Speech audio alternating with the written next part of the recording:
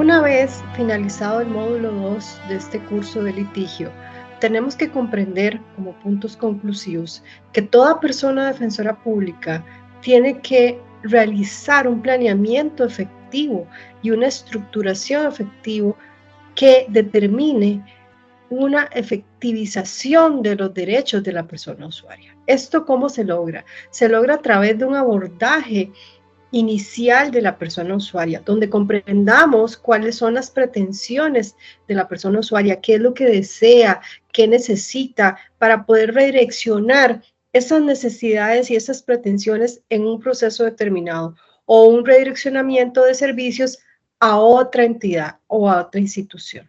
Primariamente, el servicio que brindamos de parte de la defensa pública es ese abordaje donde la persona requiere consultar sobre un tema específico. A partir de ese abordaje podemos determinar el tipo de demanda, el tipo de escrito que tenemos que realizar desde la defensa pública. Y este escrito requiere un planeamiento efectivo, un estudio adecuado del caso, donde se plantea una estrategia, un litigio efectivo que se determina a partir de una teoría del caso. No se puede construir una demanda sin tener una teoría del caso. ¿Por qué? Porque esto determina el tipo de prueba que se requiere, documental, testimonial, declaración de parte o solicitar elementos probatorios a la persona juzgadora. Pero a partir de esta teoría del caso también podemos construir nuestras preguntas, nuestros interrogatorios, determinar qué requerimos para el proceso y su tramitación. Todo este engranaje inicial es a partir del abordaje que se hace en la persona usuaria. Atender primariamente a la persona en la oficina no significa en todos los casos realizar la demanda, significa hacer un abordaje con un criterio técnico donde la parte pueda tener los elementos necesarios para determinar si el proceso judicial es la vía, en su caso, más acertada o si efectivamente requiere otro tipo de redireccionamiento de servicios.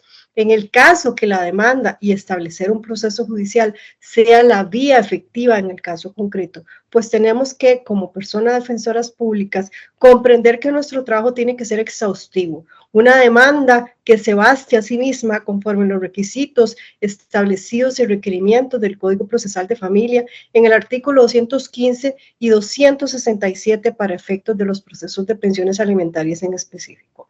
¿Por qué? Porque esta demanda tiene que sustentarse por sí sola, tener todos los elementos fácticos, los elementos probatorios, los elementos de fundamento jurídico, que no es solo la norma nacional, sino todo el control de convencionalidad, donde expliquemos y justifiquemos nuestro derecho, además de todo el engranaje de prueba que vamos a ofrecer.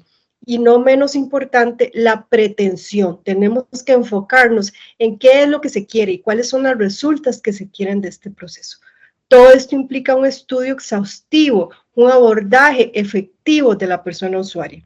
Además, este mismo ejercicio tiene que realizarse cuando se hacen contestaciones de procesos. ¿Por qué? Porque una contestación requiere un estudio muy amplio de una demanda, requiere determinar si hay que plantear excepciones, requiere determinar qué tipo de prueba se requiere para el proceso en específico. Todo esto es una función muy amplia de parte de la persona defensora pública, donde va a llevar de la mano a la persona usuaria, donde le va a prestar un servicio de forma adecuada, un servicio de calidad. No es un servicio donde la persona usuaria quede insatisfecha porque no conoce, no sabe la dirección de su proceso.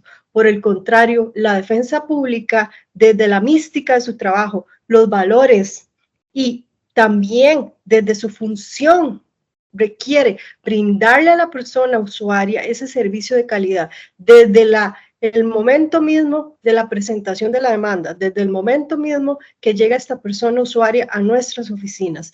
Ese servicio tiene que ser un servicio de calidad, con una excelente asesoría, que todas las dudas queden evacuadas, y no solo desde ese único momento, sino a lo largo de todo el proceso. Esa demanda tiene que bastarse por sí sola, ese escrito de contestación y todas las audiencias que contestemos de forma escrita tienen que ser fundamentadas debidamente, técnicamente y debidamente comunicadas a la persona usuaria. Es muy importante comprender todas estas funciones porque efectivamente el código procesal, si bien hace una transición a la oralidad, como lo veremos en el siguiente módulo, es importante que los escritos que se presenten se fundamenten de forma adecuada, porque esto va a llegar a que va a ser conocido por una persona juzgadora. Y si no delimitamos bien nuestro fundamento probatorio, nuestros elementos fácticos, podría eventualmente perjudicar a la persona usuaria.